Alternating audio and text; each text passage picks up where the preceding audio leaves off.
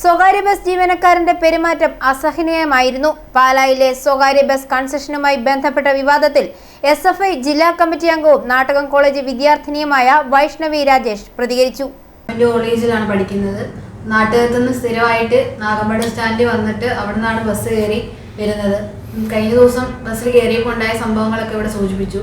അപ്പം എൻ്റെ അടുത്ത് കൺസെഷൻ കാർഡും അതുപോലെ തന്നെ കോളേജ് ID കാർഡ് ഉൾപ്പെടെ എൻ്റെ കയ്യിലുണ്ടായിരുന്നു. അപ്പം അതൊക്കെ ഉണ്ടായിട്ട് പോലും എനിക്ക് ST നിഷേധിക്കുമായിരുന്നു. അപ്പോൾ അത് ചോദിക്കാൻ വന്ന സാഹചര്യത്തിലാണ് കഴിഞ്ഞ ദിവസം ബസ് സ്റ്റാൻഡിൽ വെച്ച് വളരെ മോശമായിട്ടുള്ള രീതിയിൽ സംസാരിക്കുകയും തെറി പറയും അതുപോലെ തന്നെ മർദ്ദനമെല്ലാം ഏറ്റുവാങ്ങേണ്ട ഒരു സാഹചര്യം ഉണ്ടായി.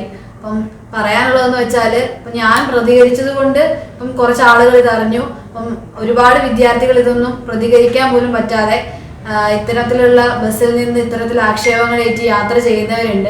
അപ്പം അങ്ങനെയുള്ള വിദ്യാർത്ഥികൾക്ക് വേണ്ടിയിട്ട് ശബ്ദം ഉയർത്തുക എന്നുള്ളതാണ് പ്രധാനമായിട്ട് പറയാനുള്ളത്. അതുപോലെ തന്നെ എല്ലാ ബസ് ജീവനക്കാരും ഇതുപോലെ മോശപ്പെട്ട ആളുകളാണെന്ന് പറയുന്നില്ല.